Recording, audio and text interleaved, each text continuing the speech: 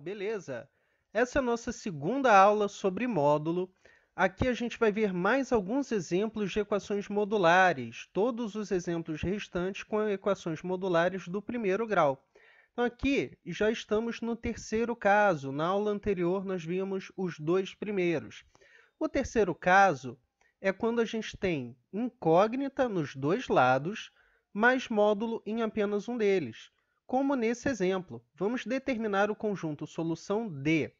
Módulo de 2x mais 9 é igual a x menos 15. Então, a gente tem incógnita dos dois lados da equação, mas a gente tem módulo só em uma.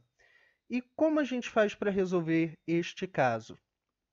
Bom, aqui a gente vai fazer da maneira que a gente utilizou nos dois exemplos anteriores, ok?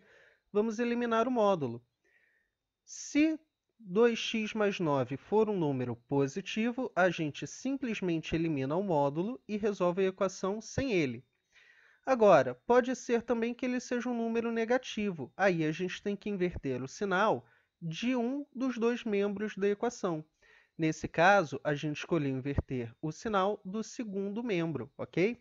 Então, até aqui está exatamente tudo igual aos dois exemplos anteriores.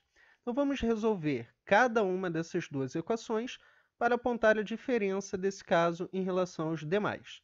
Então, resolvendo a equação do lado esquerdo, a gente passa o x para o lado esquerdo, o 9 para o lado direito, ele vai com o sinal trocado, e aqui 2x menos x é igual a x, e menos 9 menos 15 é igual a menos 24.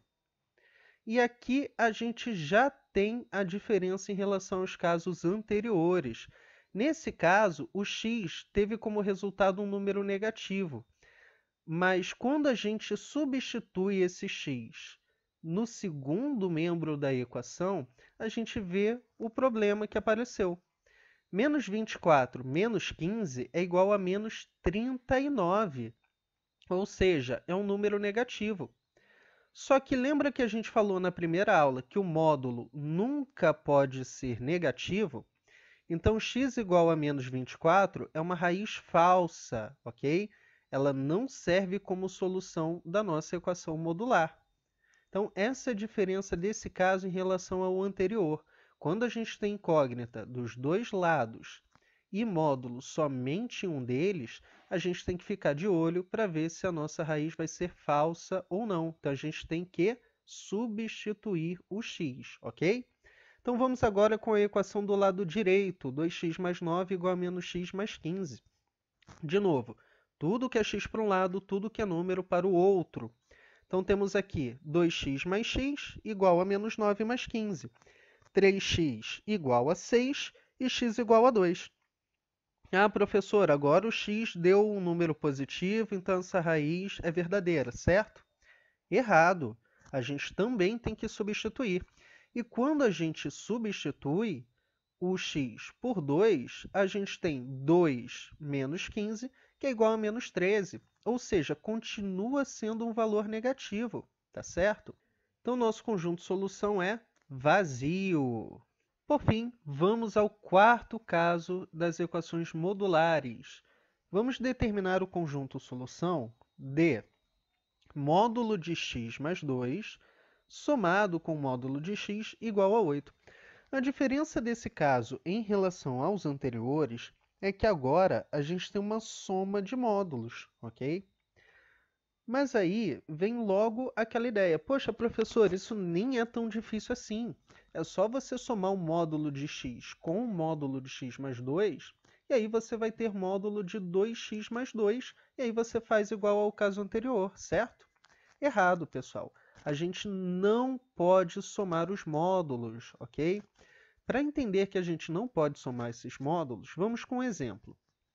Vamos imaginar que eu tenha a soma do módulo de 3 com o módulo de menos 2.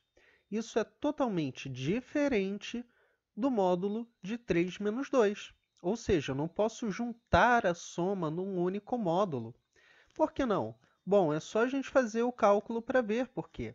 Módulo de 3 é igual a 3. Módulo de menos 2 é igual a 2. Então, aqui a gente tem a soma de 3 com 2, que é 5. Mas do lado direito, a gente tem 1, que é o 3 somado, ou melhor, que é o 3 diminuído do menos 2, ok? Então, isso simplesmente não dá certo, é diferente. Então, guardem bem essa propriedade. A gente não pode somar nem diminuir os módulos, tá certo? Então, a gente tem que achar uma outra maneira de resolver esse tipo de equação. Bom, então, a gente não pode somar os módulos como acabamos de ver. Então, a gente tem que analisar os sinais, ok? A palavra-chave quando se trata de estudo de módulo é sempre o sinal do termo que está aqui dentro do módulo. Então, as possibilidades são ambos os números sejam maiores do que 0, que ambos sejam positivos. E aqui está a reta numérica para ajudar a gente a identificar isso. Então, x mais 2 é maior do que x para qualquer valor de x, e nesse caso ambos são positivos. O segundo caso que a gente vai considerar é o caso em que o zero está entre esses valores, ou seja, o x é negativo, mas o x mais 2 é positivo. E o terceiro e último caso é exatamente o caso em que ambos são negativos, ok? Bom, nesse sentido, a gente criou aqui um passo a passo para ajudar vocês a identificar esses casos. Então, o primeiro passo é determinar as raízes de cada módulo. E aqui, a palavra raiz está entre aspas, porque não é bem a raiz da equação, mas sim as raízes de cada termo desse módulo. Então, a primeira raiz já é x igual a 0, que é a raiz desse termo aqui. A segunda raiz é x mais 2 igual a 0, que nos dá x igual a menos 2. Então, menos 2 é a raiz desse termo. Então, já fizemos o primeiro passo, que é determinar as raízes. O segundo passo é marcá-las na reta numérica. Então, marcando o menos 2 e o 0, temos aqui a reta. E a reta é importante exatamente porque ela divide em intervalos, né? Marcar as raízes divide essa reta em intervalos. Então, a gente vai analisar cada intervalo desse. Então, aqui está a equação que temos que resolver, a reta que acabamos de montar, e o terceiro passo é analisar cada intervalo. Então, vamos analisar o intervalo antes do menos 2. Antes do menos 2, esse termo aqui é negativo. E esse aqui também é negativo. Então, na hora de calcular o módulo de cada termo, a gente tem que acrescentar o sinal de menos. Então, aqui, menos x mais 2, menos x. Tá certo? A gente elimina o módulo com o sinal de menos. Agora, se a gente analisa o intervalo entre menos 2 e 0, a gente vai perceber que esse termo x mais 2 passa a ser positivo, mas esse termo x ainda é negativo. Então, na hora de eliminar o módulo de x mais 2 será igual a ele mesmo. Já o módulo de x será igual a menos x. E, por fim, quando a gente analisa o intervalo depois do zero, então ambos são positivos, é só eliminar o módulo sem mudar o sinal. Então, nesse caso, a gente tem que resolver não duas como nos casos anteriores, mas 3 equações.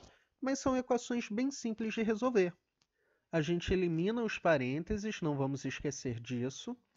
E aqui temos também a segunda e a terceira equações.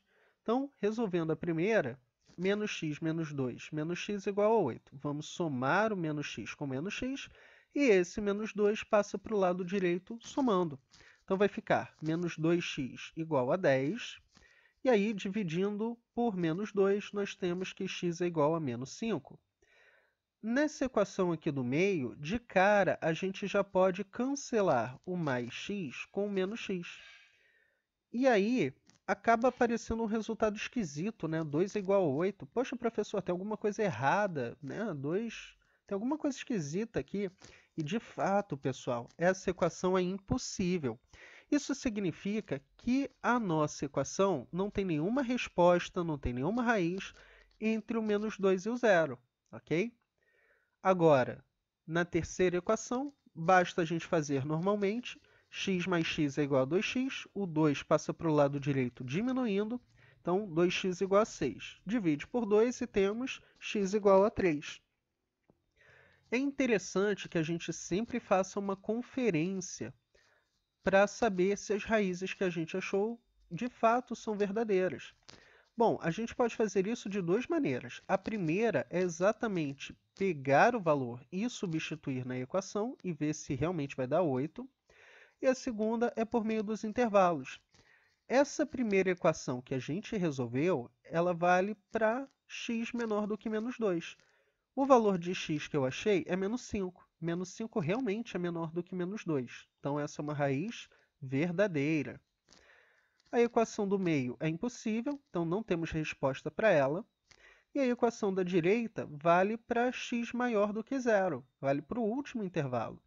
E a resposta que nós encontramos foi x igual a 3.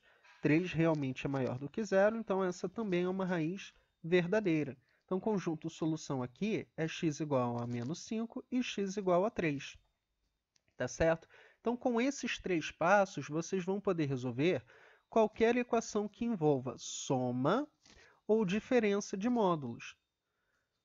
Para encerrar, vamos para um segundo exemplo, para esse passo a passo ficar bem internalizado aí por vocês. Então, temos que resolver essa nova equação, e aqui o primeiro passo é exatamente determinar as raízes de cada termo. Então, vamos lá.